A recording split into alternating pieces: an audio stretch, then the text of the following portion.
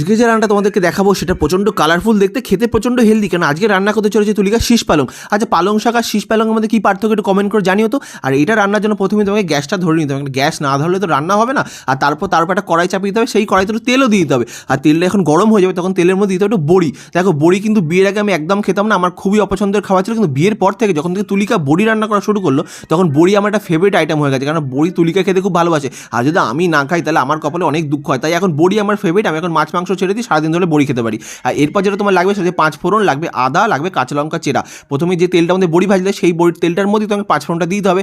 5 ফোড়নটা করে চট করে ফোটা শুরু করে, তখন তার মধ্যে দিতে হবে কাঁচা লঙ্কা চেরা। দেখো, আমরা তো 4-5টা কাঁচা লঙ্কা দিচ্ছি, তোমরা যদি ঝাল কম বা বেশি খাও তাহলে সেই হিসাবে কম বেশি দিও। এবার দিতে হবে আদাটাকে একটু ঘষে দিতে হবে। তুলি কিন্তু ঘষে দিতে ভালো পারে বেশ, আমি একটু ভুল করলে আমাকেও ভালো করে ঘষে দেয়। এখন আদাটাকেও ভালো করে ঘষে দিল, এর মধ্যে দিয়ে একটু ভালো করে খুন্তিটা নেড়ে দিল।